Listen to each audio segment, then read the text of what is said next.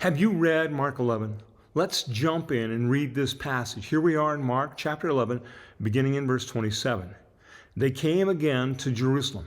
As he was walking in the temple, the chief priests, the scribes, and the elders came and asked him, "By what authority are you doing these things? Who gave you this authority to do these things?" This was the week of the cross. The triumphal entry is recorded earlier in the chapter, concluding with a short visit to the temple. During the next visit, Jesus drives out those who were buying and selling in the temple. The narrative of Mark we read has Jesus and his disciples once again coming back to Jerusalem and the temple. The pattern of the week where Jesus would teach the crowds that gathered. They were waiting for him.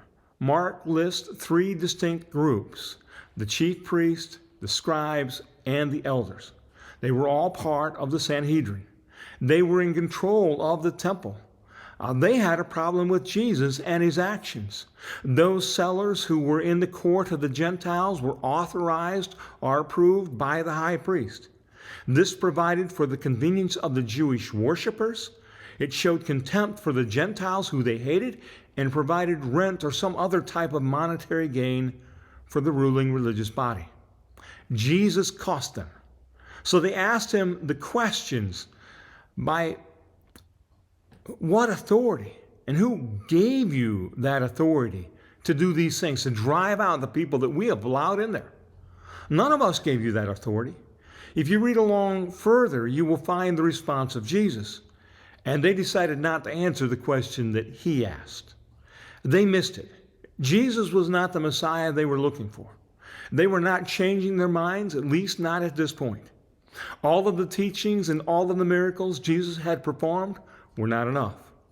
They were well aware of his ministry. Yet here in the temple, they asked Jesus, the Son of God, "Who gave you authority?" Do you understand who Jesus is? Because we don't want to ask that kind of question. Keep reading, encourage others to read, and expect to find more gems to help us live like Jesus. Thank you.